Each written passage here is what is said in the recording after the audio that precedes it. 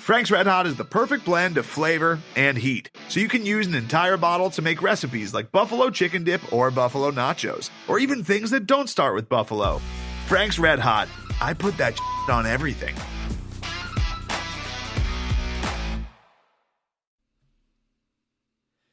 Hey, Craig. Anthony. Might be our quarterback. Doon doon doon doon doon doon doon doon doon doon doon doon. Okay. that's the most Freddie Mercury impression I will do. I love it. A very poor one at that. I think you get props just for even trying Freddie Mercury because, I mean... I definitely didn't go to that octave or anywhere near it. No, and definitely without the crazy vibrato, too. Yeah. Yeah.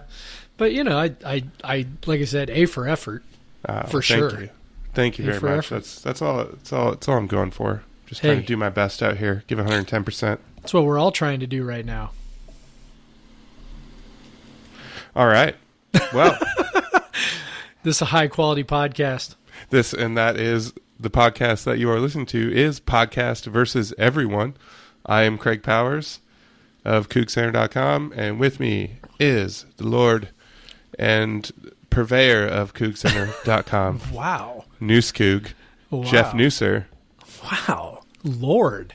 Like in feudal times. Yeah. No, that actually kind of fits kind of nicely right now because my kids are in the other room watching Guardians of the Galaxy Volume 2. So you're more of the Lord in terms of Star-Lord. Well, my kids, my youngest in particular, Atticus, he has this thing where all the time he's like, which Marvel character is your favorite? They always ask me, like, and I don't know what it is or why, but they ask me this all the time. What's your favorite blank? Favorite movie, favorite song, favorite band, favorite They're just trying to get whatever. to know you, man. I guess. And I'm just like, so one of their things they ask me, and they do it repeatedly. They're like, what's your favorite Marvel character? And I'm like, I've already told you, it's Peter Quill. He's my favorite. Like, I'm just like, whatever, man. So yeah, Star-Lord. That's me. Except I'm am I Coug Lord? Coug Lord? I don't know, man. Yeah, I don't know. Maybe I should float that on the bio and see how well that goes over. All right, well, what does His Highness drink for this particular occasion? Well, I will say I am actually not having a beer at the moment because I'm afraid if I do, I'm gonna. I know. I'm legitimately afraid right now that if I do, I'll actually fall asleep. So I'm like, let's not do that. But I will say this, that because I'm getting back, we talked about this kind of last week, I'm getting back on the school schedule, right? I'm getting back on the idea that I have to start, being able to think earlier in the morning and whatever. So I got up early today, and we were kind of talking about this off air. I spent virtually the whole day writing or handling website stuff, just doing different things. We're working on the United for Helsinki's Hope campaign, which we'll talk about in a little bit. So I've been doing stuff at the computer all day, which is weird. It kind of makes me tired, and so I'm actually on like my third cup of coffee. So it's like I'm getting back in the swing of the school year, because if I don't, then I'm gonna, I will get back to school and it'll be bad. So I really don't want that to happen. If I had coffee right now, I would not sleep. Yeah. Yeah. But I can talk about, let's see. So I could talk about a couple beers I had while I was camping last week. One was Lemon Drop Pilsner by Mirage, which I know you have had because you had it when we were together at Flat Stick. So that was super excellent. I tend to like Pilsners that aren't like overly bready. I don't totally like that sort of bready flavor. And this one was a little more crisp and refreshing. So an excellent summer Pilsner. I also had a Matchless Off the Cuff, which is their sort of their old ale blend that they do each year, I guess, as an anniversary thing. No, it was just for this. Just for this year. Okay, just for this anniversary. Got it. Mine was completely flat, and out of the bottle, and I don't know if it was supposed to be that way, but if it was, it just wasn't very pleasant. It tasted just kind of like syrup. So I don't know if I just got a bad one or what, but that was a little disappointing because I was kind of looking forward to that one, and I'd been saving it, and then I opened it, and wasn't quite what I was expecting. So anyway, yeah, I will at some point. I have a couple bottles from Hair of the Dog Brewing, and they're kind of two different variants of the same beer. Since I have those, I kind of wanted to wait until we were podcasting together to share them with you. But Hair of the Dog is kind of famous for having flat beers, so it's like kind of traditionally English to have flat beer. Okay. And that old ale you had was in a bit of an English style, and so that it may have been somewhat on purpose. I'd be surprised if it was meant to be totally flat, but yeah. Who knows? Maybe in the barrel blending, it just didn't get carbonated or anything. You know, when they put the beers together, and maybe they didn't do a kind of they didn't do any. Usually you'll put in some kind of a finishing. Sometimes you'll put in like finishing yeast to build up that carbonation. Or some breweries will just force carbonate, but for a type of beer like that, you wouldn't typically do that. So that's pretty interesting. I haven't had it, so I couldn't tell you. I'm sometimes I like to go on Untapped and just see what other people said, see if anyone else is having that issue. And it seemed like other people liked it. Like, so I was looking at the other reviews, and I was like, oh, I don't know, maybe it's just me. Maybe I just got a weird bottle. I don't know. Yeah. Who knows? But that's all right. How about you? What you drinking, dude? Well, I'm harking back to my Vermont days. I have a brewery from quite famous, or I guess famous in a certain like group of people. A beer from Alchemist Brewing, and no, it is not Heady Topper. That's like 2009. No, yeah. So I'm just kidding. Well, Heady Topper would probably be more like 2012. Would probably be close. more. They started canning it in like 2011, 2012, and then it just blew up from there. So maybe you could get away with like 2014. But then the hazies, the true hazies, started coming out. Hazies took over. But this isn't hazy. This isn't even an IPA, although it does have a bit of a hot bite. This is Beelzebub. Ooh. American Imperial Stout, which they've been making for evil. Yeah, but I don't know how Beelzebub is typically supposed to be spelled, but is it typically Beelzebub? Yeah. So they've done a bit of a play on that, and on the can art, there's a B. So I like that, considering that is my daughter's name, spelled differently. But so it's Beelzebub, but the B's got kind of drawn so it looks like his. That's got to be the first time in history that anyone ever like willingly compared their daughter to the devil. So, well, good job. Beelzebub doesn't stand for being a bee. It's true. Anyway, continue. Tell me about this drawing. No, it's just it's a drawing of a bee, and he kind of looks like his like top antennae. They might have curved him a little bit to give him sort of a hornish appeal, but it's quite a detailed drawing of a bee. It's kind of cool. But then they have this, like what they do with all their other non-Heady Topper cans. They have these like hops all over, this kind of hop, and then but it's black, and it's so they used to. This is one of their beers back. Alchemist started as a brew pub in Waterbury, Vermont, and they actually were Heady Topper. Had sort of a super kind of like cult following back then. Like people would go to like you, but there was no way to get it out of the pub legally. People would go to Vermont just to try Heady Topper, and then Beelzebub was another one of their regular beers they had on draft there all the time. But so one thing people would do with Heady Topper back then is they would take it to the bathroom, pour it in some sort of container, and then sell it on eBay. Back before that was beer nerdery. Back in the day, before they started canning it, and then when they canned it, it was like, I lived in Vermont at the time. It was like crazy, really hard to get. Like shops would have to limit it to one 4-pack per person all the time, and it would still go like you'd be gone in like a day. And there was only like the only place you could get like a case of it was at the brewery when they opened. So what happened was that old brew pub got flooded a couple times, and the second time it got flooded for Hurricane Irene. They actually said, "Screw this! We're going to move up the hill."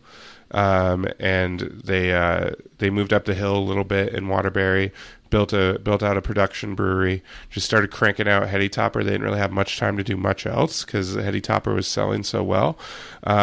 Eventually they would do these sort of like limited can releases where they would just set up a truck and we'd go down, wait in line, and they'd have, other beers other than Heady Topper.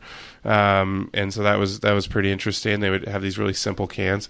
But now, right after I left, about the year after I left, they were building it when I was there. But in Stowe, which is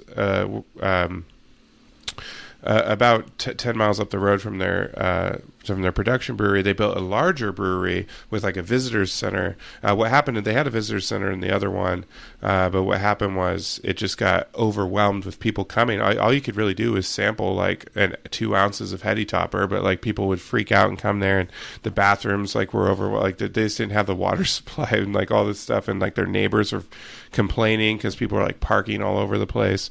So they actually ended up building a visitors center in Stowe, a much larger space with like a parking lot and everything. And now they've got the capacity to brew other beers other than Heady Topper all year round. And so one of them that they brew quite often is Beelzebub.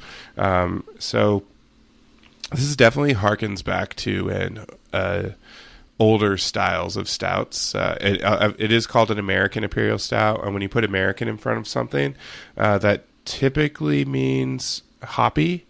And this is certainly it's an 8% big stout, so it's got a lot of like maltiness in there, but it's still very hoppy. It definitely like touches the realm of a black IPA, if you remember those. Yep. Those were a thing that you rarely see anymore, thankfully. But so it's definitely like, it's not like now like the trend is very sweet stouts, and you're definitely not getting these hoppy stouts anymore. It's got a lot of good roast malt character. Like it's very dark, obviously it's stout, and it's got a touch of sweetness, but it's heavily balanced out and even kind of overpowered by this kind of kind of pretty bitter back end. Like it's got a bitterness that Heady Topper has, but in a stout, and so it's kind of like this kind of stout cousin of Heady Topper, and it's pretty interesting because it just reminds me of I remember when black IPAs first came out, I was just into all things super hoppy, and so I would have just loved a beer like this, like in maybe like 2010 to 2013 or something. I would have just wanted to crush these all day, this big dark stout with like tons of hop character.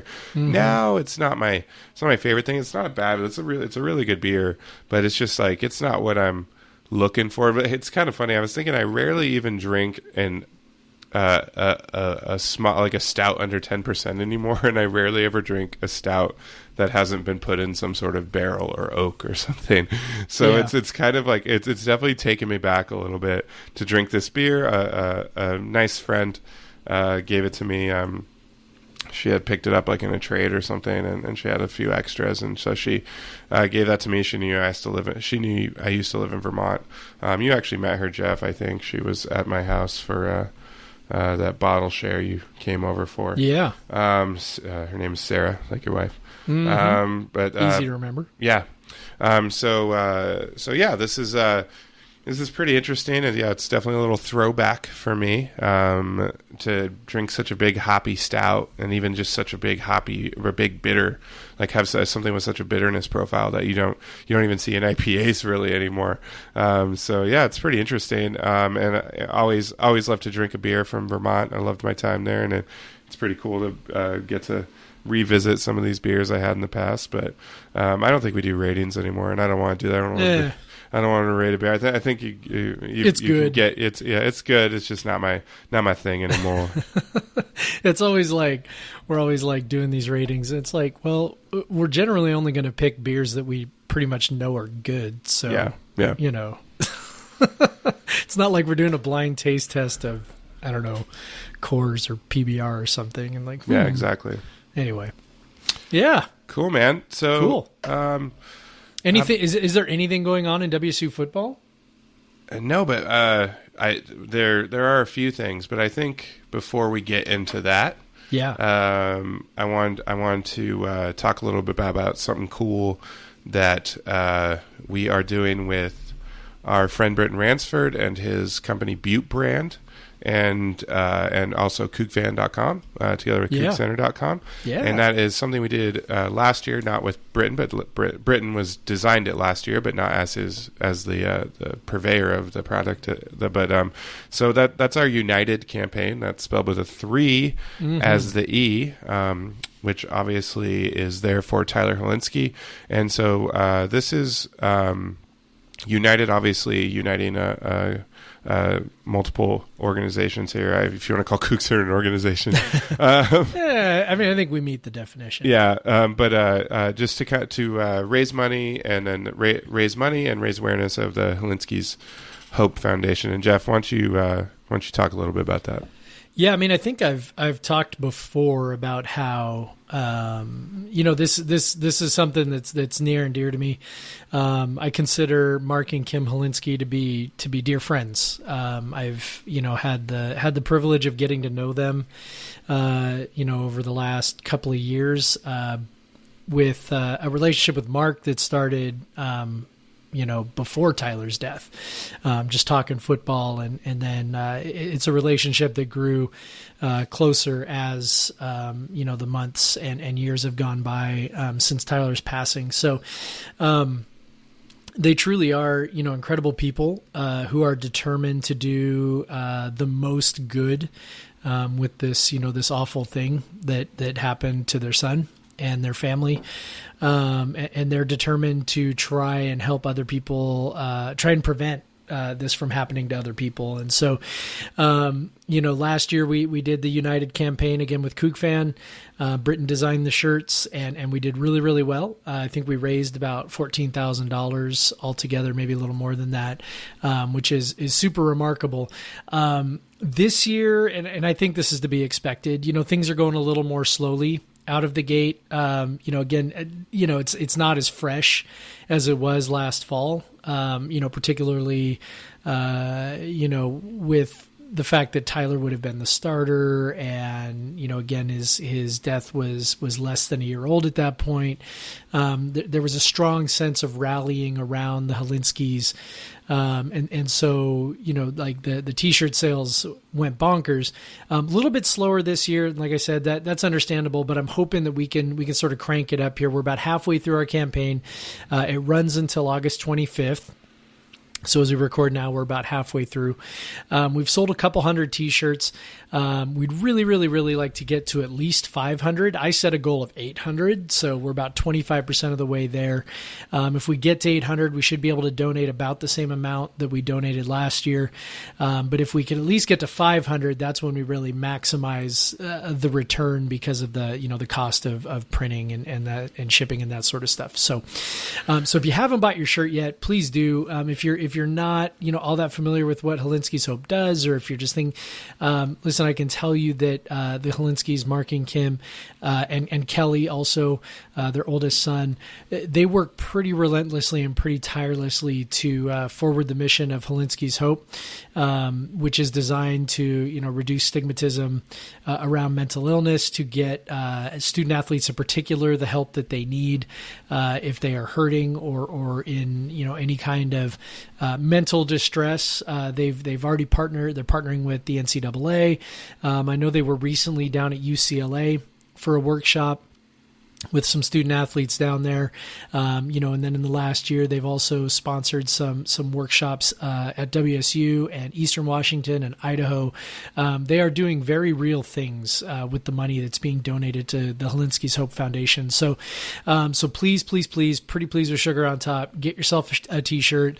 About half or a little more than half of the cost of the T-shirt goes to Helinski's Hope, and it's just a cool thing to be able to wear. When you wear it to wear it to a football game or wear it around town or whatever, and somebody sees it. It's sort of an outward expression of what you believe in and what you stand for. And it's this idea that, we don't have to let what happened to Tyler happen to anybody else. Tyler obviously was a kid who looked like he had everything in the world going for him. And really he should be starting his, second and final year at the helm of our football program.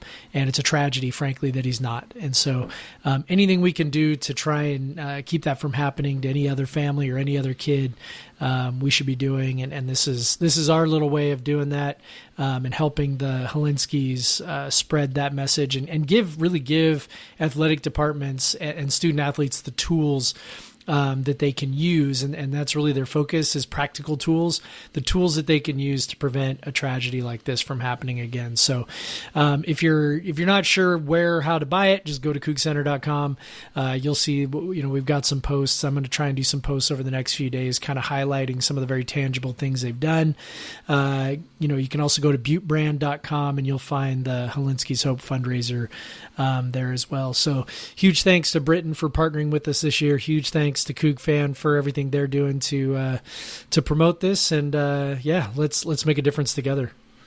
Yeah, and I have to say, like, if you had the shirt last year, which I did, mine doesn't fit very well anymore. But I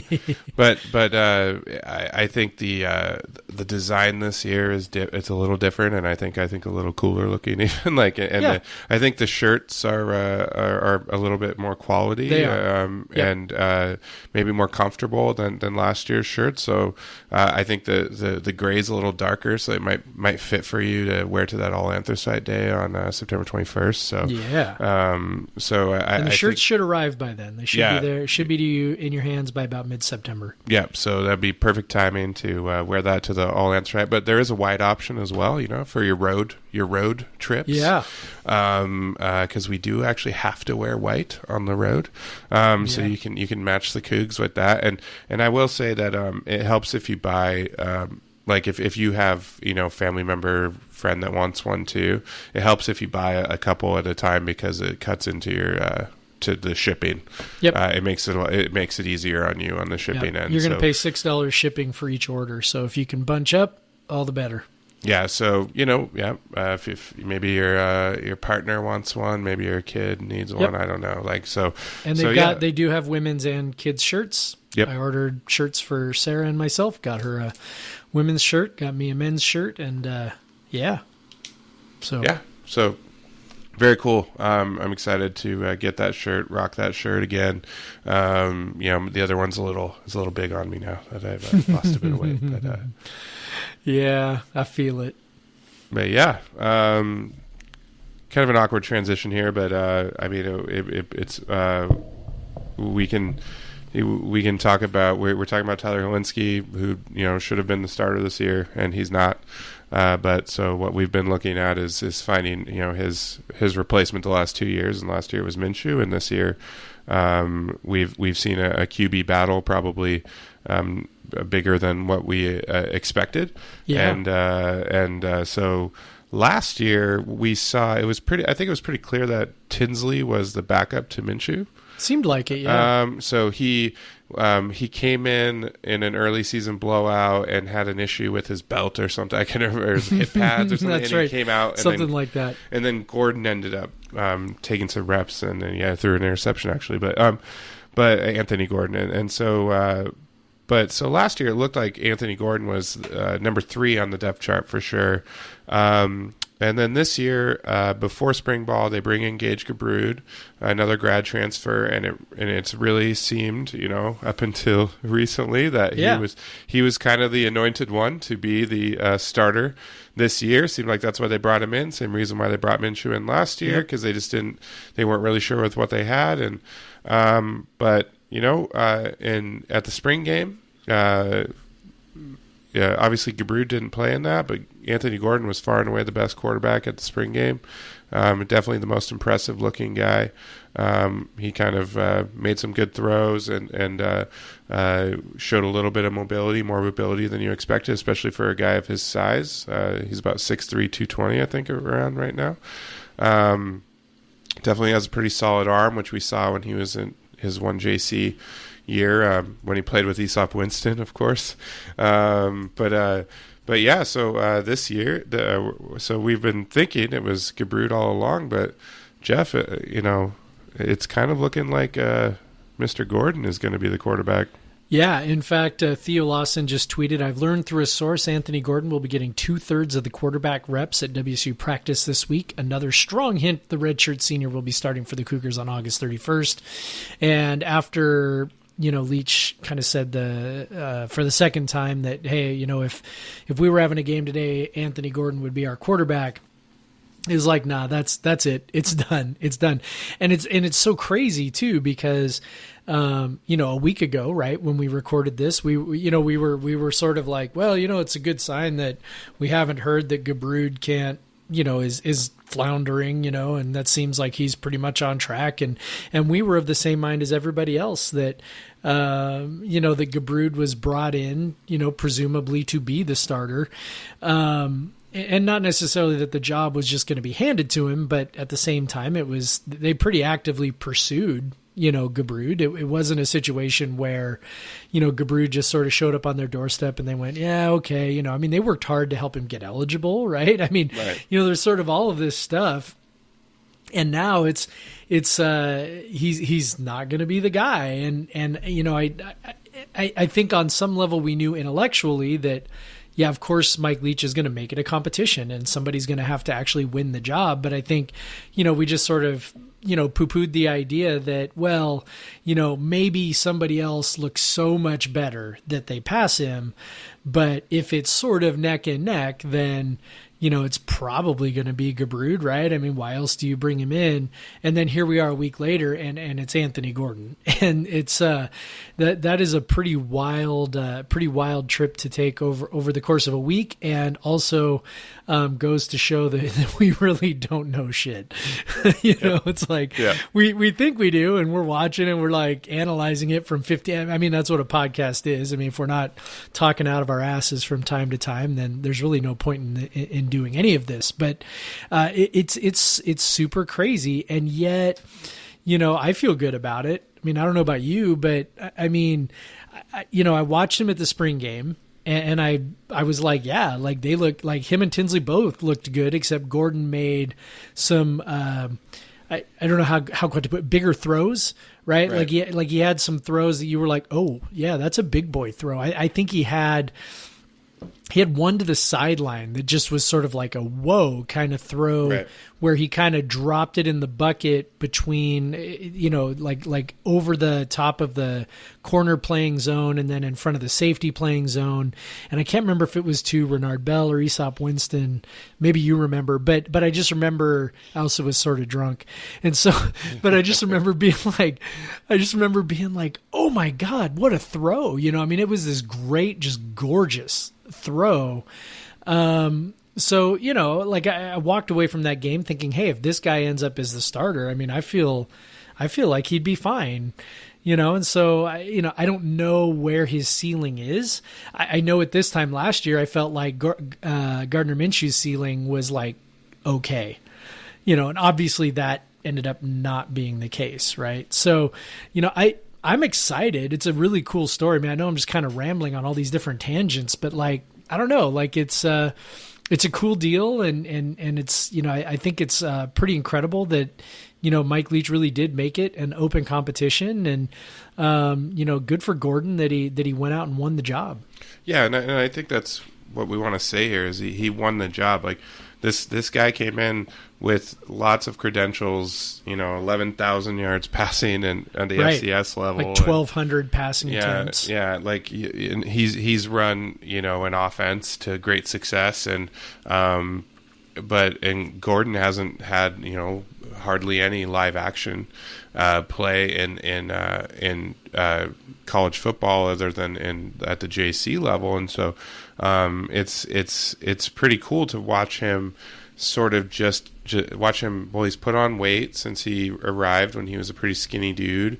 And so he's a little more sturdy. He looks like a starting quarterback now. You know, he's a big dude. He's got a strong arm, and he's really, you know, the last, like, we talked about spring ball, but the last two scrimmages, like, hit the video that we've seen from that, like, he's made, like, just really impressive throws. Yep. Beautiful spiral. You know, he looks like a freaking quarterback, man. Like, but it's just like, he can spin it better than any quarterback we've had since Connor Halliday. I feel confident probably saying that. Yeah. He's got I think that is very true, and he's definitely the most imposing. Or Falk was what, 6'3" roughly, 6'4". Well? 6'4". Yeah, he's 6'4", but probably not a little taller. Yeah, a little taller, probably a little thinner. At least when he was, you know, coming in, but I think, like, Gordon does have just some of that pocket mobility that we saw from, maybe not to the level of Minshew, but we'll see how well Minshew just was very adept at avoiding sacks, and we don't know exactly. You know, we haven't heard we heard Mike Leach talk about how Gabrud and Gordon were both solid at avoiding sacks, and that was a huge part. You know, obviously the offensive line was very good last year, but a huge part of just the huge drop in sack rate that we saw was just that Minshew just did not take sacks, and we saw Falk definitely did before. He was a guy that would take a sack, but Minshew just refused, and you know, a couple times it was an interception, but most of the time it was, you know, a throwaway, and then sometimes it was a huge play because he didn't take a sack, you know. Yep. So, and I think Gordon maybe. Actually, you know, Minshew wasn't really even that fast, so I don't really know. Like what we saw, he ran like a 5 flat or 4.9. Yeah, or something. it was not fast. Like, and so yeah, you know, I think Gordon, like, he looks like, from his his community college highlights, and then what we've seen in just the spring games last couple of years, he does have a little bit of mobility. So, you know, he's not going to be running around. Probably not like the type of, like, Gabrud where he can break off a big run or something. But what we definitely want, and what we were spoiled with last year, was a guy that will just not, like, get this negative play on first down and second down. That just sets you back. Yep. Because as much as this is a passing offense, it's very much a it's not as much a big play offense. Although with a guy, you know, we, like you said, you know, Gordon probably has a bigger arm than our last couple quarterbacks, and so who knows, you know. Yeah. He, you know, the thing I think that separated him from Gabrud is exactly that the offense was more explosive with him at the helm. You could see it in the spring game. You know, it was kind of noted during camp that, you know, that kind of he was leading more big plays, and then it happened in the last scrimmage. You know, I mean, there was a massive difference in yards per attempt. And I think one of the things that makes the air raid explosive, that a lot of people don't always realize, you know, it's like explosive plays don't always come, or often, mostly don't come from deep throws. Like, that's not the typical explosive play. The typical explosive play is much more likely to be something that's, you know, an intermediate pass where you throw it to someone who's got a ton of, you know, green in front of them, right? I mean, look, for, you know, however many years with River Craycraft, our most explosive pass play was a play called Y cross, where, and people, you know, if you watched the game closely, you can visualize this in your head. You know, Craycraft would just sort of, you know, do this little diagonal route over the top of the linebacker, but in front of the safety, and inevitably he'd find this soft spot after he was kind of approaching the far hash, and he'd catch the ball right there. And, he's either, picking it up for 15 yards, or if he catches it and runs, the X receiver on the left has carried the corner and the safety out of there, and there's just all this space to run. And so you get these explosive plays from throwing to guys on time and with space in front of them. And that was something that, Luke Falk got very bad at by the time he was a senior. That's where if you wait and wait and wait and wait and wait, those holes close up, right? There are no more, big wide open, green spaces to throw into. Minshew was pretty good at that last year, throwing guys into it. I think there's a chance, with Gordon having been in this system now for 4 years, basically, right? I mean, he's a fifth year senior. He came as a sophomore, played 1 year of community college where he was an academic qualifier, so he didn't have to play the 2 years there before he could transfer.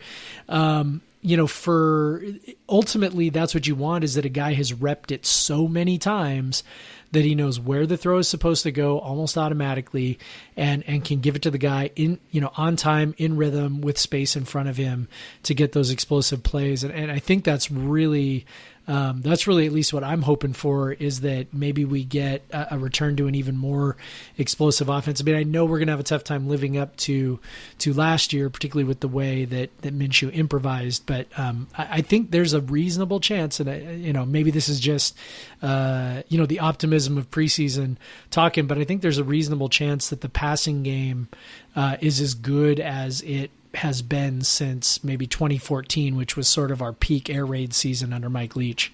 Holy shit. I know. Yeah. And again, that could just be optimism. Maybe but, we are.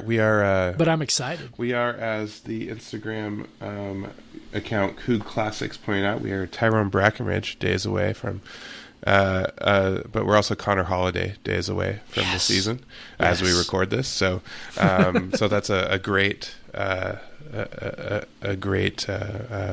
person to point out.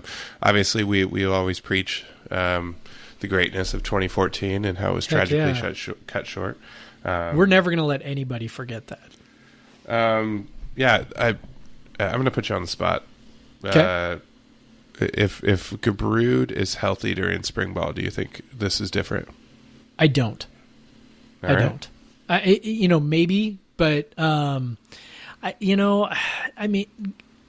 say this. Gabrud was, he was around, he was watching film, he was taking mental reps, he was, participating in, a handful of stuff. He didn't do like really a lot of team stuff because they didn't want, as we found out, there was surgery involved with what he, with the injury that he suffered. So they really didn't want any kind of a setback there. So, they didn't want him getting, stepped on or accidentally rolled over or whatever. But, he got to throw the ball around. I mean, I don't know. I really don't. I just think Gordon, I don't know if you saw this, but, Theo Lawson takes, stats of every practice.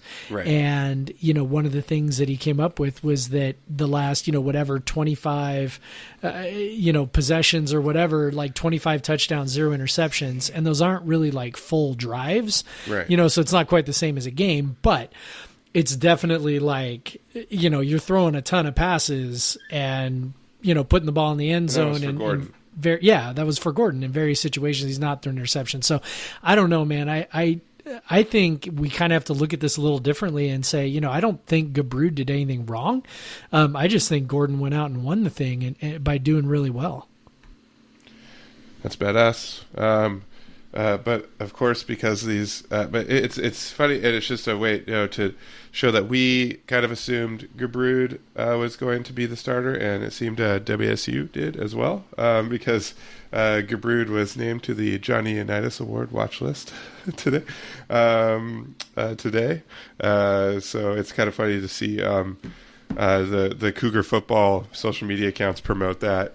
Yeah, that was unfortunate. As it's, they're going to promote. They're obviously promoting it every time a guy's on the list, but like, right? It's kind of looking like he's not going to throw many passes. So. No, probably not. Yeah, but look, it's good that we've got him. I don't think it's I don't think it's a waste. If something were to happen to Gordon, or if it turns out that he actually is terrible, you feel pretty good about the next guy up. Yeah, we definitely do. Yeah, and I think we've said it even before, even the third guy. So even Tinsley. So I think the WSU's, they say if you have two starters, then you have none. Well, I think the WSU has three starters, and they actually have three this year. So I think that's probably true. I would feel less confident with Tinsley. Yeah. But the top two guys for sure. I mean, I feel good again. If something were to happen to, Gordon, then Gabrud would certainly feel okay. And I like that spot. And to be honest, I mean, look, we've reached the point in Mike Leach program stage or whatever where you just go, whoever he puts back there is going to be fine, at least fine. Yeah, and we saw it in Texas Tech. He had some fifth-year seniors. Yeah, who started 1 year, and he had three of them in a row. Yep, 3 of them in a row, and they were all awesome. Yep. And so, we won't have 3 in a row, but unless there's a grad transfer waiting in the wings again. But still won't be a fifth-year senior. So So that's very cool, interesting. One thing it kind of shows is Leach is not full of shit when he's he's talking really about not. some of these things about kind of this Pete Carroll. Everyone's got to compete for their jobs, and I mean we saw it. We saw it in 2015 when Booby came on as a redshirt freshman, and Keith Harrington, who had a pretty solid year as the kind of third running back, and brought this kind of wrinkle in the screen game and stuff. He just totally became a special teams player, and when Booby came on, so we know that Leach is going to put, especially on offense, like what he has the control of, he's going to put the guys in there that he thinks are the best. So, and this is proving to be another example of that, which is pretty cool. And if you're a player on that team and you're a backup right now, that's got to make you feel pretty good. So I mean, there are tons of examples of it. Luke Falk and Tyler Brugman, right? Obviously, you got that. Just last fall, defensive tackle, right? They had recruited Jonathan Lolohea, right, to play defensive tackle. Well, he finds himself buried on the behind Taylor Comfort on the depth chart, and he's just like, you know what, screw this, I'm out of here. And it's like, Taylor Comfort gets put on scholarship before his senior season, and I mean, it's really not lip service. If you can play, you're going to play, and good for him, man. It's such a cool story for Gordon to just sit there, and and I'll say also from when I sat in the QB room film session with Leach and the quarterbacks, there's just kind of something about Gordon. He's a different personality than our previous two quarterbacks. He's definitely got some of that California cool. He's from the Bay Area. He's just kind of got this real laid back personality, but there's a little bit of a swagger to it. It's sort of like this confidence, like I can do this, is pretty crazy. So I'm excited. I'm really, the unknown it's the allure of the unknown, right? Like maybe this guy is amazing. I'll probably have to temper my expectations, but at any rate. Yeah. Well, I'm excited to watch it, but what I'm not excited to do, but we're overdue for is a commercial break. So commercial break. Here we go. And we're back. Jeff, you still feeling pretty good about that? Maybe it could be 2014 levels of air raid? I mean, I don't know. Maybe. He's look at who he's throwing to, and look at, I don't know. I mean, you were talking about Craycraft, and I was like, man, if we had that guy. But instead we've just got, 3 X receivers, all of whom could play, but all of whom can't play.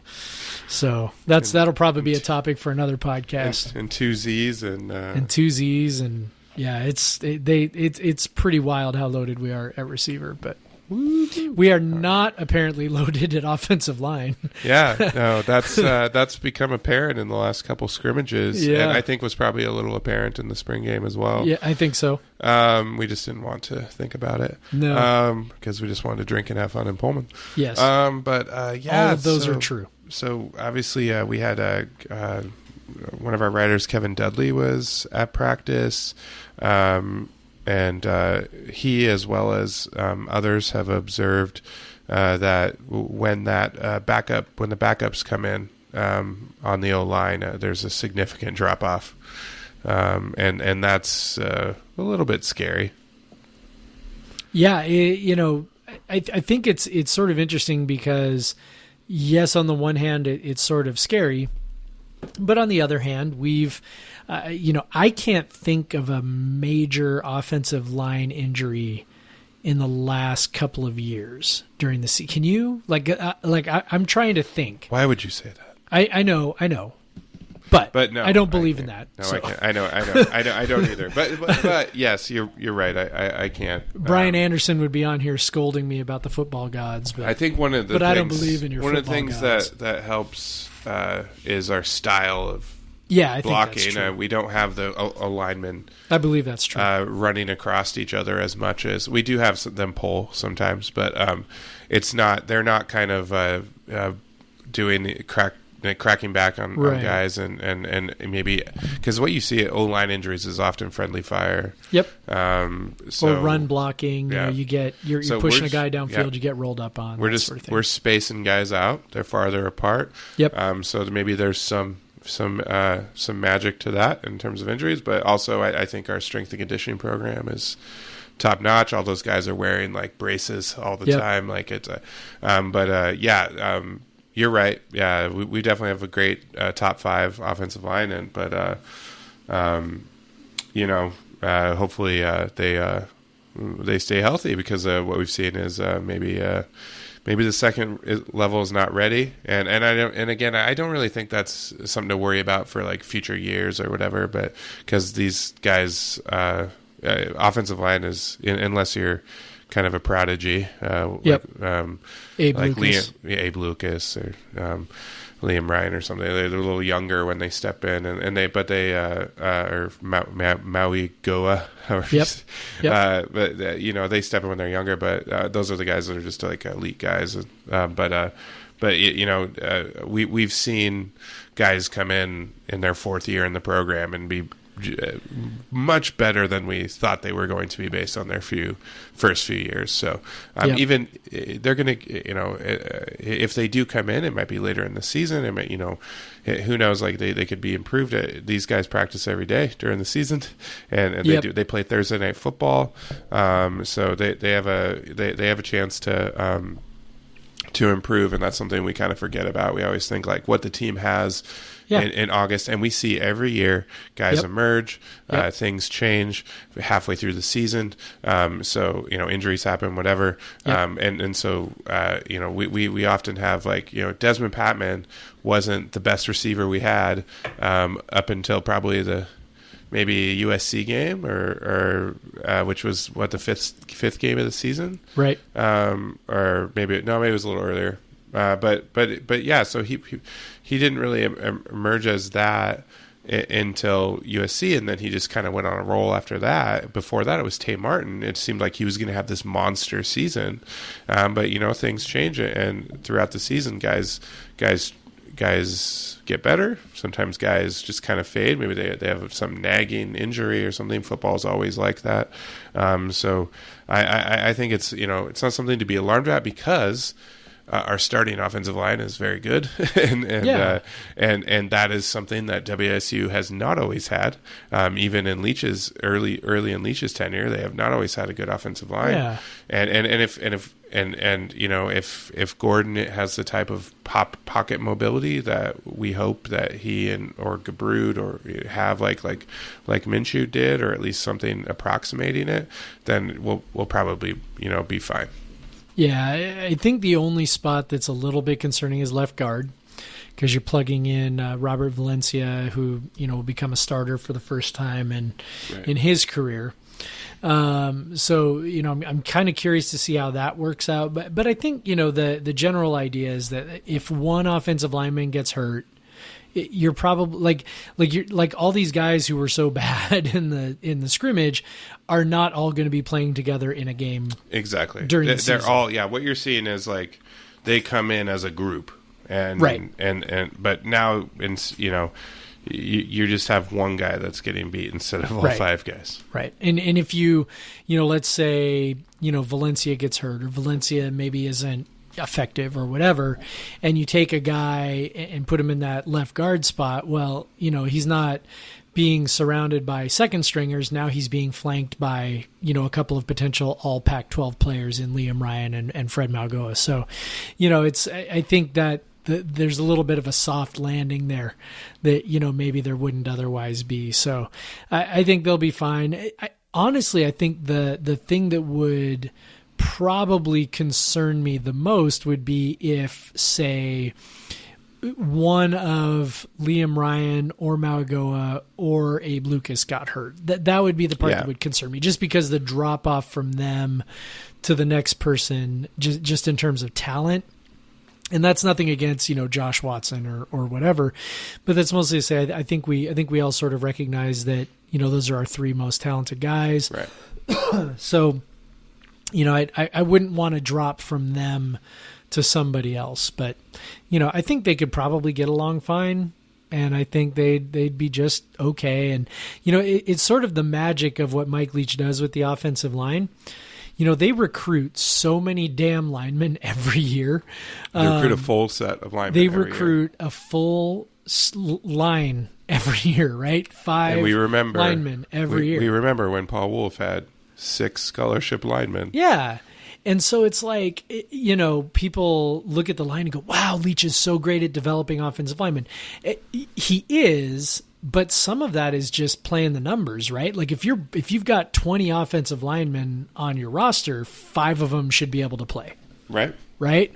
5 of them should develop over the course of 3 or 4 years. I mean, that should be. And then you hit on a guy like Andre Dillard, who right. shouldn't have, or a guy like Abe Lucas, you can right? And you can take risks with a guy like Andre Dillard, right? For him to take time to develop, and because you see he has athleticism, because you're recruiting a bunch of other guys who are 300 pounds and or at least have the size to play right away. So yep. And the next Andre Dillard's already on the roster, man. You watch. It's that Fafita kid. Oh my gosh. There was a video of him from camp where he stonewalled one of our starting defensive linemen, and he's all of 265 pounds or whatever right now. Yeah, that was a great video. But he's super strong and great feet, and he is going to be special. He was a guy we signed sort of a surprise commitment and signing right up towards signing day last year. He's going to be really, really good. So yeah, I mean, you recruit enough guys, 5 or 6 of them are bound to be good. And, if you've got, 15 guys who never quite make it there, then, that's okay. And you can afford to do that a little bit when you're not handing out, 1 million scholarships, to running backs or whatever, you're, when you make that your foundation and recognize that you can't do anything without a line, then, you put a priority there and it usually works out. I think they'll be fine. I'm not concerned about it really. Yeah. So I just, how we love to pick on Pro Football Focus because of they're like stats that just sort of nonsense stats. So I wanted to share one with you from Liam Ryan's page on WSUCougars.com. He was ranked the 6th best pass blocking offensive guard in the country, which that makes sense. And the 2nd best screen blocking guard in the country by Pro Football Focus. What does that even mean? 2nd best screen blocking guard? Ooh, I don't know, but it sounds good. Oh, man. We should have... Okay, so when the season starts, let's write this down. When the season starts, we're going to have the PFF stat of the week. Oh, yeah. PFF stat of the week that we can totally, just make fun of. We might have a lot of people, Brian on to guess. Right? A lot of people like PFF, but and if you do, God bless you, whatever. But you like it when they say nice things about the guys you like. But it's like our thing is always, what does this even mean, right? It's like what are you rating on a screen blocking guard? There's so many different types of screens. Yeah. So what does that even mean? Sometimes WSU's running screens where he's just doing a regular pass block. Yep. So I don't, because it's kind of masked, but I don't know, man. Yeah. But.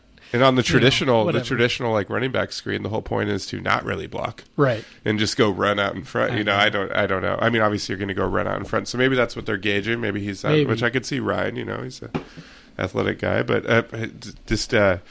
Yeah, I always love looking at those things. Which what would WSU have to put on an like even in an offensive lineman's like profile if they didn't have like random stats like that? So thank you, Profile Football Focus, for giving us something to point to for linemen as individuals rather than just as groups. So yep. But yeah. rankings are always cool. Rankings are great, whether it be number 2 or even number 23. I know. 23, that's pretty cool. Second time in the last 3 years we've been ranked in the preseason. Yeah, and it's... this is the Associated Press poll, by the way. Somebody was confused. They were like, I thought we were already ranked. And I was like, that's the coaches poll. So, whatever. We talked about that a couple weeks ago. They both are equally irrelevant. I mean, I guess, but as we know, preseason perception has all sorts of ramifications for a team. You tend to get the benefit of the doubt later when you've gotten the benefit of the doubt earlier. Which, of course, if you want to hear our rant on that, yes, I don't know. Listen to the episode from a couple. Go weeks listen ago. to the episode a couple weeks ago when I think it's titled like the Cougs are ranked or something. Yeah. So if you want to hear our thoughts on this, basically to summarize it, it's good. Yes. It would have been benefited us last year if we were ranked going into the preseason. Yep. So it's a good thing. One thing that's interesting is it's the second time in the last 3 years, and how many times had it ever happened before? Before the last 3 years? Yeah, twice. This is the fourth time ever. In 2002, Jason Gesser's senior season. Yep. Rose Bowl season, which was a very, they came off a 10-win season. Yep, and they, coming off the Sun Bowl. Yep. And so that's, they were looking like it, they're probably ranked pretty high. I don't remember, probably top 10-ish area. What's that? When they came into the season? Yeah. Yeah, they were ranked 11 coming into the season. Yeah. And then in 1952 or something? 1952. Yep. Ranked 15th coming into the season. That's it. But of course, they finished that year unranked, but whatever. Well, same as 2017. Sorry, Alton Kircher, Coach Alton Kircher. They started famed Cougar football coach Alton Kutcher took a 15th ranked team to a 4-6 record. That's actually Ashton Kutcher. He went back in time, kind of just changed his name a little bit so no one would notice later. Yeah. And coached WSU football to a mediocre season. Larry Bernandez. Yeah, I don't know. That's a joke only a few Mariners fans will understand. Oh, by the way, Larry's cousin Felix pitched in Tacoma tonight, and I totally forgot. I didn't even go see it, but I don't know. Did you miss anything? Probably not. Probably but not. Hey, apparently Ichiro is there. And might be your last chance to see Felix. Probably. I don't. I mean, I guess I could go to a Mariners game in September, but I probably won't. You might not get to see him at a Mariners game in September. I don't know. Hey, well, we'll see. The intent should be to lose, so put Felix out there. Yeah, there we go. I like the way you think. Anyway, this is not Mariners talk. This is not Mariners talk. But anyway, so number 23, pretty cool. Super cool, man. For all the reasons we talked about 2 weeks ago. It's and so we have an example of this now from last week. So, and we're not trying to overplay this or anything, but Savell Smalls, who's a 5-star recruit from the state, and put WSU in his final 6, which never happens. Right. I mean, this is we're talking, this kid is a top 10 recruit in the country, not at his position, overall. 5-star, top 10 in the country. Every program in the country would take this kid, including Alabama, Clemson, you name it. They would take this kid, and somehow we made it into the top 6. And not only are we in the top 6, but he actually visited Pullman on an unofficial. He came for the Crimson and Gray game, which is just the biggest thing we always talk about is, if we can just get him on campus, right? If we can just get him to Pullman and show them what Pullman's like, they may still not pick us, but they at least see that, wait a second, this isn't whatever, especially for the Seattle kids, as someone who grew up in Seattle and was like, whatever, dude, cow pie high over there, like, and then you go and you're like, this is nothing like what I thought. The same thing goes for players. And for him, he got over there and was like, that was actually really cool. So yeah, that doesn't happen without what we've got going on, without 11 wins last year, without, being ranked before the season, without this sense that you're joining a 4 winning years program. of Right. like you're joining a program that's going to win games. You're not, it's not this like pitch that you can turn it around. It's this pitch that you can take it to a whole different, at the next with level. you, we get to go, we haven't gone to Rose Bowls. With you, we go to Rose Bowls. That sort of thing. It's a pretty awesome deal. I guess there's a report out there on Coug Fan that Leach told him he could play both wide receiver and linebacker. Well, you got to do what you got to do to land a kid like sure. that. Hey, I'm all for it. Let's go. Let's see what he can do. And we've seen recruiting as it can be contagious. It's 100%. We see if one big recruit will commit somewhere, you'll see other maybe lesser but like more talented recruits commit to the same place, because they these recruits have community, especially if other recruits in Seattle or other guys that he plays against or guys that he plays with, like you end up getting these sort of package deals. And we saw we've seen WSU in the past try to pull these sort of things where they just recruit every other guy on the team and hope that the big guy will come in. But that's not what's happening here. Obviously, there's not a bunch of other guys at Kennedy Catholic or whatever that are there they're not trying to recruit them. But so it's cool, and the number 23 ranking in the preseason is a part of it. Maybe not. It's not a direct. It's not directly related, but it's the same reason that you're getting ranked in the preseason at Little Wazoo is the same reason one of the top recruits in the country will look at you, is because WSU there's going back through WSU history, there's no reason why were they ranked in 2017? Because Luke Falk was coming back for his senior season. That is 90% of the reason. Like, why were they ranked and because they had just won 8 games, they're people are like, oh, they're pretty good, and then obviously in 2002 you had a senior quarterback, you had a 10-win season before. There was just these expectations for WSU to be good, but this year you have WSU lost its best quarterback in recent memory, and it lost its best defensive player, or probably 2 best defensive players, and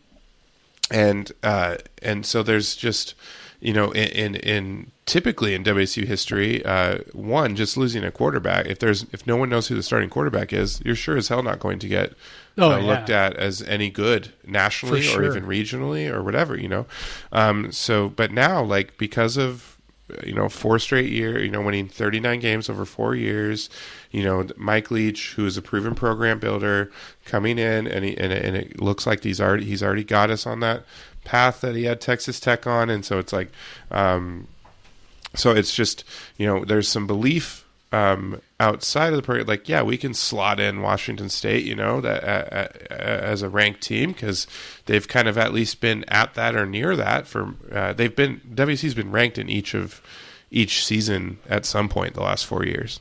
So, at that point, you just got to think, if you're a national voter, you're like, oh, yeah, I'll put them in there, and I won't look crazy. Really, what do these guys? They're just trying not to look stupid.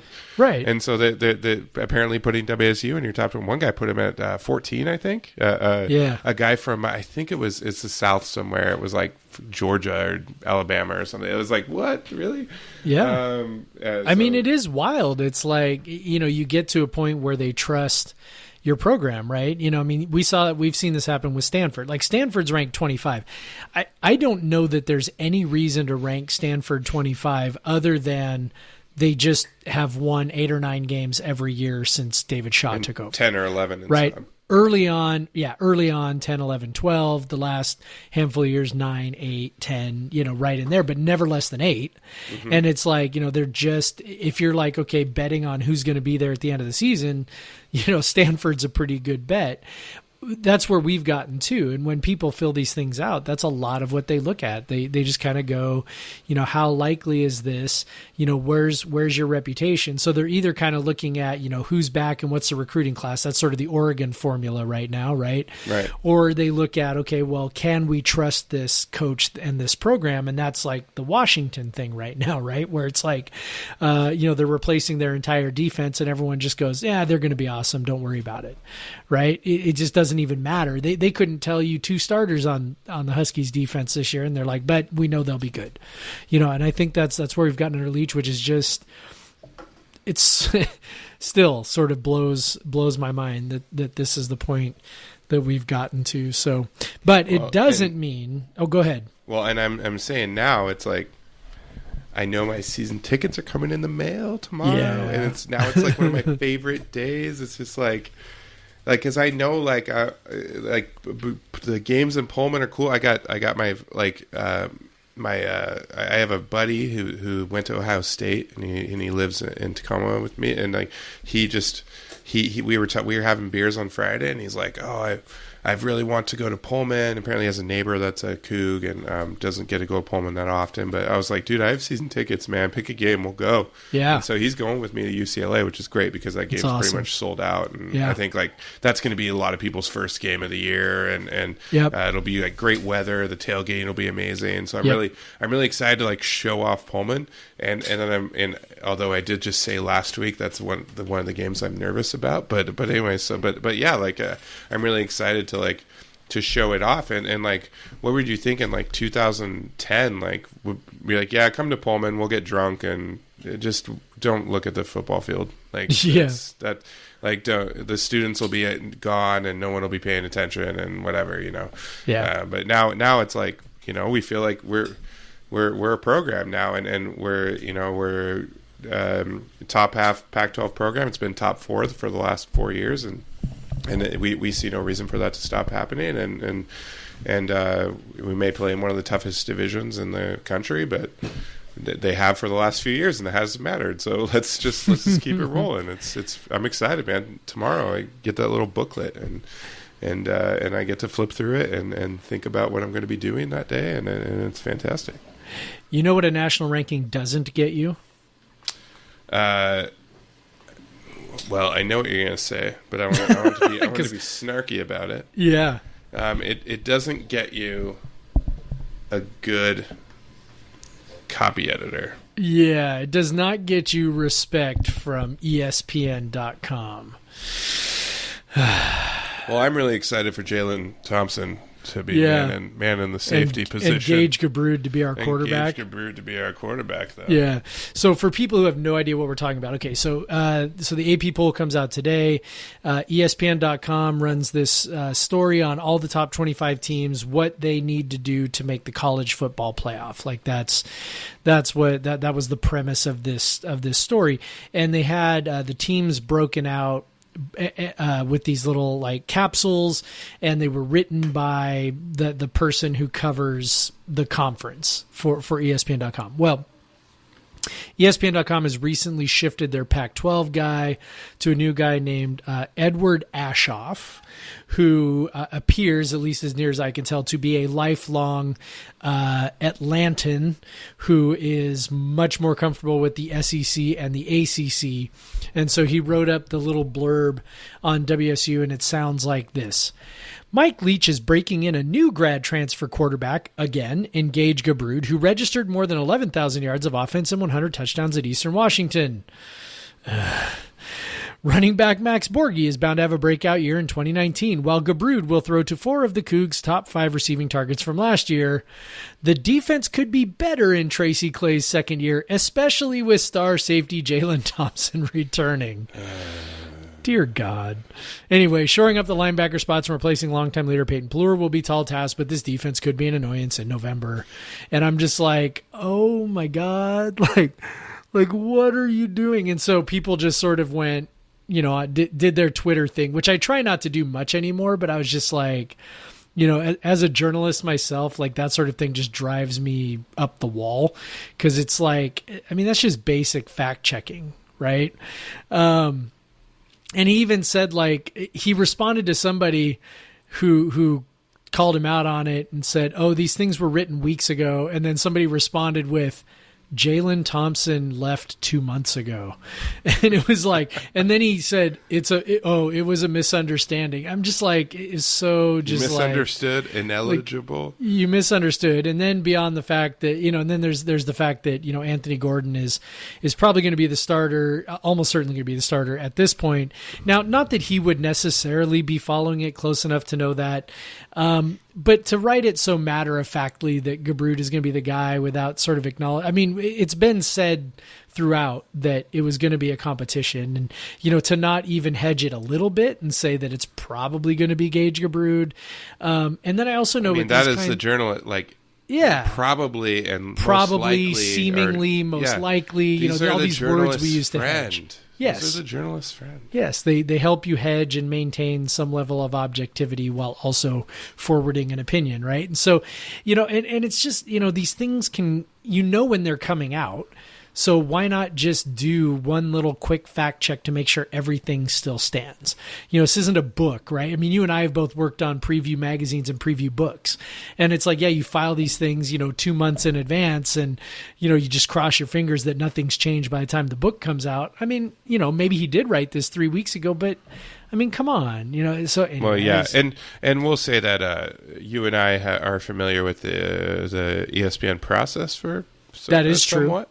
And I know when I submitted some previews for them, and then for some small college basketball teams where I didn't have like an official roster by the time I had to submit the thing. So it was, and they don't pay their employees to work during the summer, basically. So so there's no one to even contact to be like, who the hell is this? Like, exactly. And so you submit it, and then you get some fan that's like, wow, how could you say that? It's like, I'm sorry, I'm doing my best. But that's the difference though, because you're like, I'm sorry, I'm doing my best, and this guy was just like, cool story, bro. I don't really care. No, I will admit, there was this Kennesaw State preview. So I was previewing, I believe that would be the Ace Sun, and I picked Kennesaw State to be last again. And there's a very active Kennesaw State blogger, and who knew? The most prominent Kennesaw State alum I know is Jason Kirk, who is for SB Nation, one of his primary college football guys. But other than that, there's a guy that's just hardcore blogger. They have like a great, like, frequently updated blog, or at least they did at that point. And so I kind of missed that. I didn't miss, but I didn't take very seriously. And I probably, if I would have spent a little bit more thought on it, I would have probably taken a look. They had this transfer coming from Auburn who was like awful at Auburn, but he was a big, and so he was like, would have been big for their conference, and so he was just a big player, big athletic player, but he was awful at Auburn, so I didn't like pay him much attention, but probably should have kind of read the writing on the wall that he would be like a start, because they had us do as predictive starters, as you'll remember, like predicted starters, all that stuff, and I didn't even have him in that, which. Looking back, yeah, he definitely was, and he should have been in there. And so I got into this, I definitely took the same sort of like defensive position, like, hey, dude, I had like 30 teams, so like I like blah blah blah, like I'm just, but then I kind of like came up with all these reasons, like statistical reasons, like.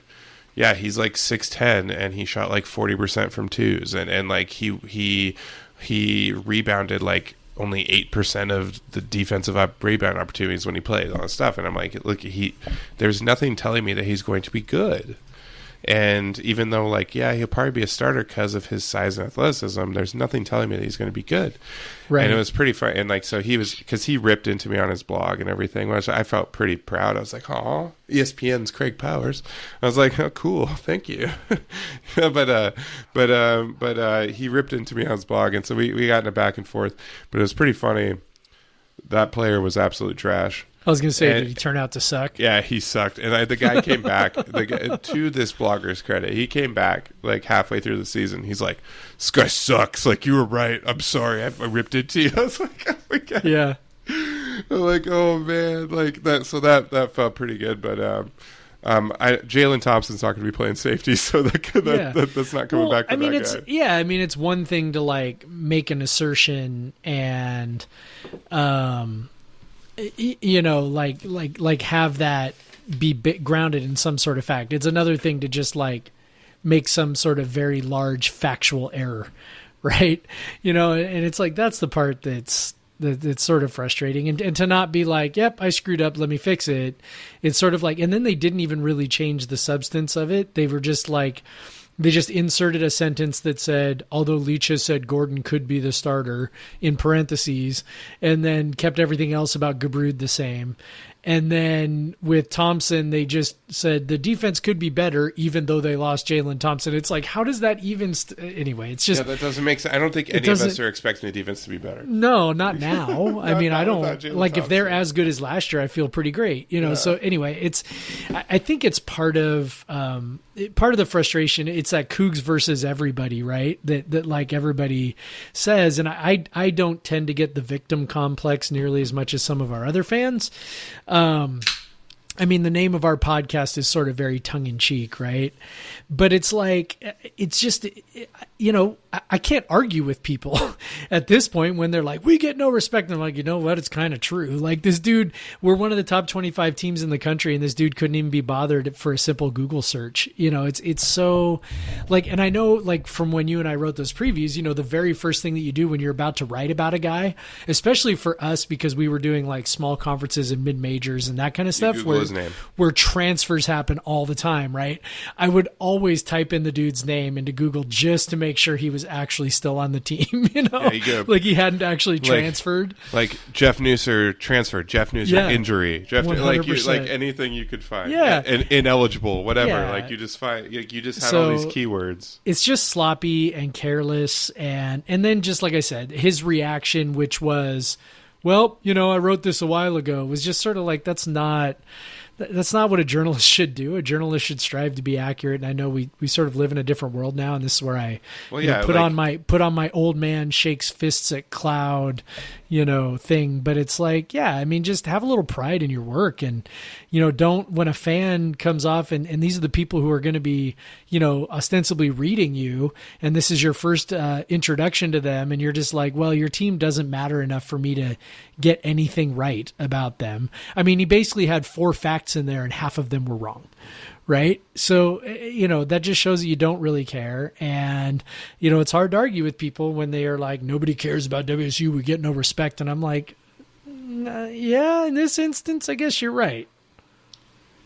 Exactly. So, oh man, but should we take one more commercial break? It would be sloppy and irresponsible as for us not to. Yeah, we need to squeeze one in to meet our obligations here. And we're back. Oh man, what a product! Little stretch run here. We are like, we've been talking forever already about the Cougs. So much to talk about. Yeah. So if you're wondering where all our like banter about everything else went, well, we have stuff to talk about now. Yeah, we have stuff to talk about. No more politics. We still have stuff on the show list that and plus we have set a commercial, so we got to give you more stuff. But yeah, so man, like there's things that we would talk about more if we had time to. One thing that comes, like I've been wanting to talk more about in the last couple of weeks of preseason games have been happening, have been kind of Cougs in the NFL, because we actually have a lot of them now, like especially in preseason teams. Like as the program has gotten better, you have more players that go to the NFL either as drafted, which, you know, we haven't had too many of those, but there's been a lot of guys that have been making teams from an undrafted position. One of those guys is Hercules Mataafa, right, who was shockingly undrafted last year, but then suffered a pretty unfortunate injury to miss the entire season. But so far has actually made some play. Some of the plays that we're used to seeing him make at WSU in the preseason for Minnesota, and some Seahawk fans got to see some of that.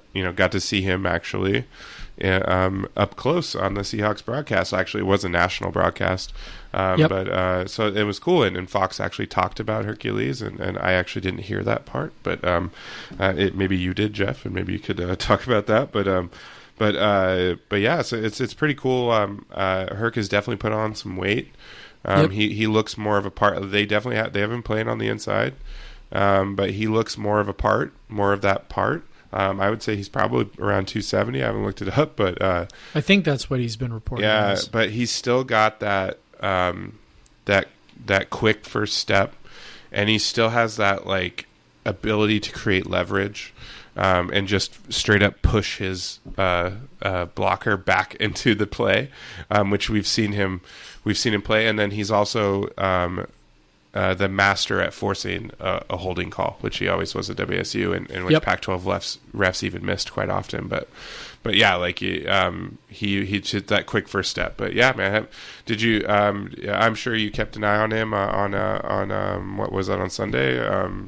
Sunday night. On how he played. Yeah, I mean, I don't think he had much of an impact. At least from what I saw, I tried to notice when he was on the field, which was most of the second and third quarters, I think.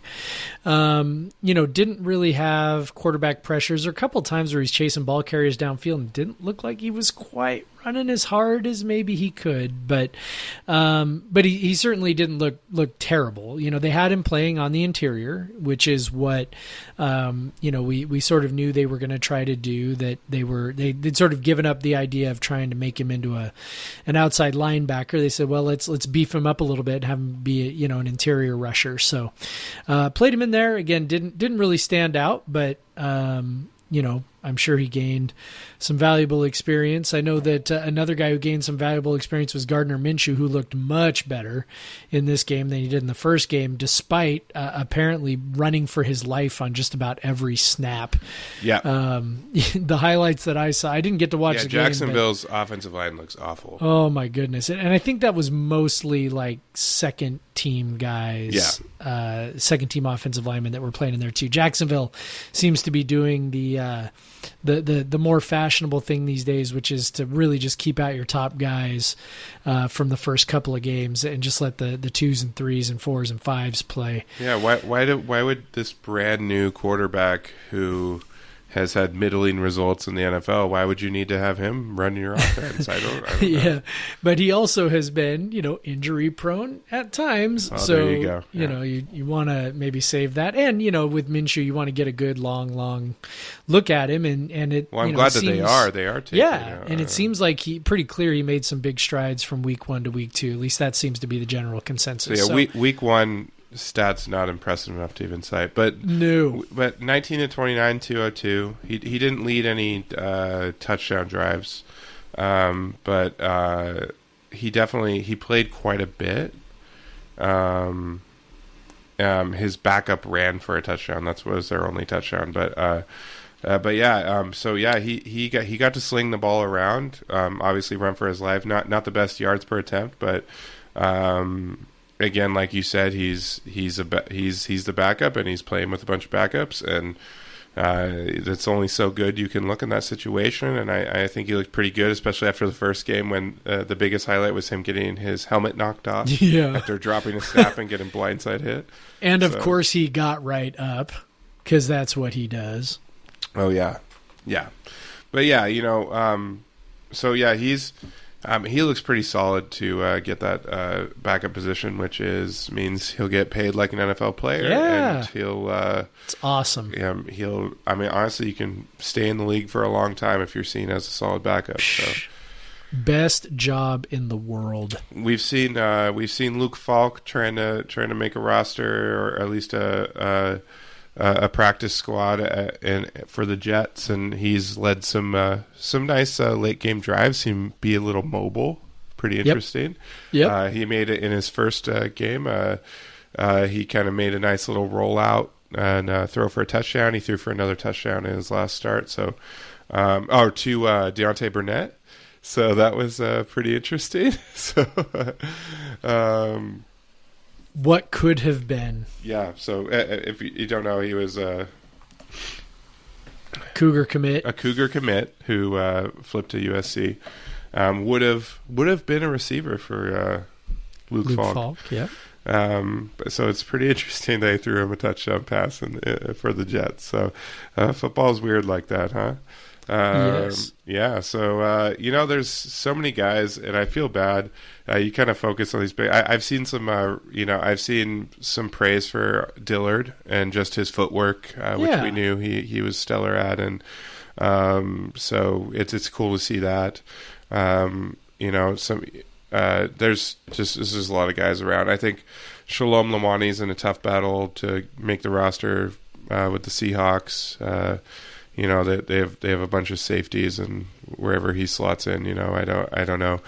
Maybe cool to see him, get on the roster again. But, Yep. He might be headed for a practice squad type of situation. But yeah, there's so many guys. I can't keep up with it at this point. Like, it's a lot harder than it used to be when there was just like two guys in the league. Like I remember Coug fan would always do the this week in the NFL, the Cougs, and most of it was like Jason Hansen every week. So it's like, as long as he was still playing. Yeah, I mean, one guy we haven't even mentioned yet is Frankie Louvu, who appears who appears to be actually putting himself in line for a pretty significant role with the Jets. So made a nice tackle, force a fumble. Yeah, like he's ever since his the spring football game after his junior year, right, leading into his senior year, he was a monster, just all over the field in Spokane, and it was holy cow. Well, and then he was just a missile his senior year. Yeah, had this huge senior year. So, yeah, he's a guy who's playing great. Joe Dahl just signed a new contract. Yep. He's getting some run again as the twos are running, but I think he's pretty much looked at as kind of the number 6 or 7 offensive lineman on NFL. That guy plays a lot. Yeah, on the Lions. I mean, he play plenty of special teams in that role. Yep. There's only 53 guys on the roster. If you're on it, you're going to play. Yep. You're the first guy. If there's an unless issue you're the backup line. quarterback. So, yeah. So I mean, you can have a long career and make a pretty decent chunk of change, just being that guy. So yeah, I mean, we haven't reached the point yet where maybe necessarily we're putting stars into the league.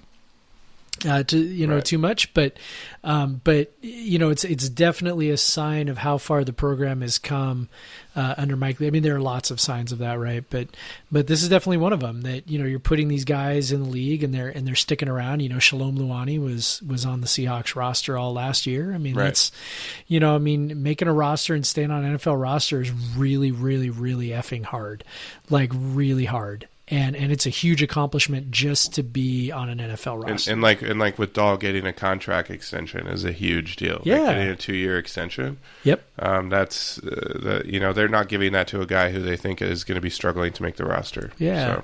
I'm a little bummed. It seems like River Craycraft isn't getting a lot of looks at receiver. Yeah, yet it seems like they've mostly got him on returns, and I don't know what the odds are that he makes the team just as a sort of return specialist. Yeah, I see. You think of him as like a sure-handed guy, but it is kind of weird to think. I know he's always just obviously he's got athleticism, but you just never thought of him as like an NFL kick returner. I thought that was pretty interesting, but good hands. Yeah, I mean, he's got good hands, so like you're not, he's not going to fumble the ball on the return, right? But, although when he against Rutgers, but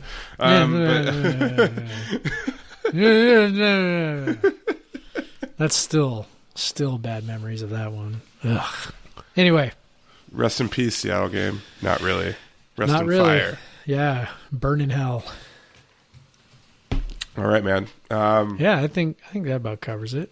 I think that about covers it. I'm recovering from one of these summer colds that you get when you have children. Ooh. So I have hit the mute button to cough a few times. As have I. I've been trying to get my workouts in on the old Apple Watch just by walking because I can't bear the thought of raising my heart rate up. So. Yeah, well, let's see. People can email us. People can tweet us. Podcast versus everyone at gmail.com. That's Yep. the VS versus. I don't know if you thought to spell it out, then you're weird and you're not like the rest of us. It's a little true. And I might want to talk to you. But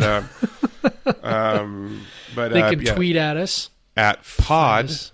versus everyone, because actually there's a limit on the number of characters you can have in a tweet, and spelling out podcast versus everyone was too many characters. It's true.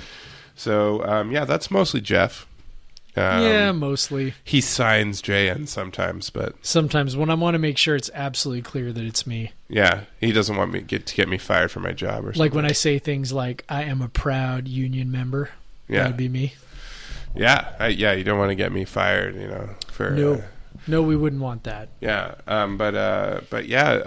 you can follow me at the Craig Powers, because I am the Craig Powers in your life. The one and only. The one and only. And they should review us too. Yeah, you should. Please. Especially on Apple, Yes, because that's where most people get them. it is true.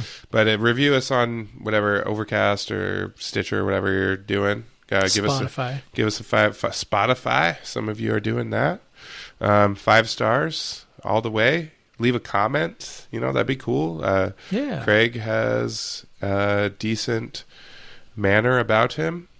I definitely would consider hanging out with him if he was buying me a drink, like maybe something like that. Yeah. And if you put that in there, I'll know you were listening to the very end. So that would be amazing. And then, the nice things that you say help other people find the show. And also the Coug Center Hour. Both shows. So we have another podcast that you will get delivered to your phone if you subscribe. So subscribe, please. Subscribe. We are going to be doing some fun things in the season. We are hoping to have reaction and preview podcasts. Oh, yeah. We got big stuff. And then also we have Michael in the middle of the week doing his Coug Center Hour, which is a far more professionally produced podcast than this bit of 90 minutes of rambling that we do. So listen to it. Listen to us both. You got time in your life, That's right. especially if you're driving to Pullman. Like, what are you going to do for those 4 hours? What else are you going to do? Listen to Coug Center Podcast. Listen to Coug Center Podcast, dude. Let's do it. Let's do it. But so go ahead and hit subscribe. If you're on your device right now, just hit subscribe. It's not that hard. If you're just now finding us, I hope you like us. Hit subscribe. Next week, I'm going to remember to ask you at the start. That's right. So Probably won't. Our motto is we don't care. We don't. Thanks everyone for listening, and go Cougs. Go Cougs.